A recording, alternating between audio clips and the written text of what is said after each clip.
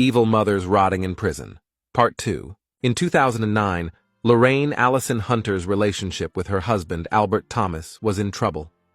Even though Thomas worked 2 jobs to support her and was the only man to step up and care for her daughter, Lorraine was constantly upset that she didn't have more money to spend.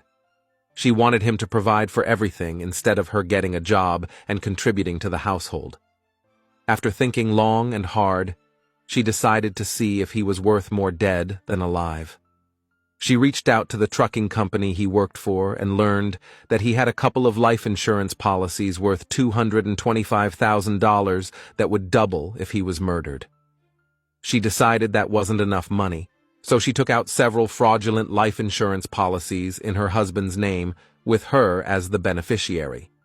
She recruited her 15-year-old daughter, Briuana Hunter, into the plot. Briuana helped her mother fill out insurance applications with Thomas's signature forged.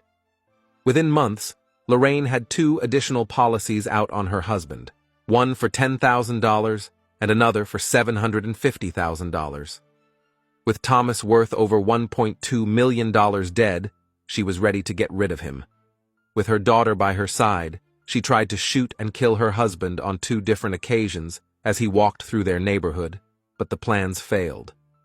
On a 3rd occasion, Lorraine and her daughter tried to take his life as he stood outside his 2nd job. That murder attempt also failed.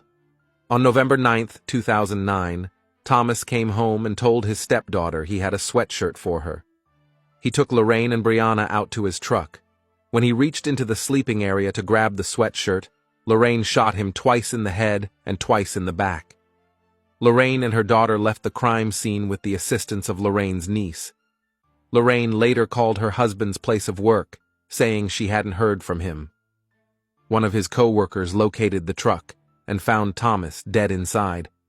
With her husband out of the way, Lorraine was ready to get paid, but the policy wouldn't pay out unless she had a certified copy of his death certificate, something she was unable to obtain. The case went cold for 2 years. When police arrested Lorraine's niece for shoplifting in October 2011, she decided to turn Lorraine and Briuana in.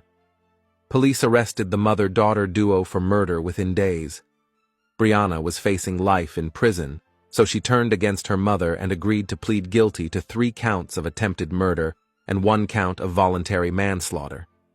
She was sentenced to 18 years and 4 months in prison.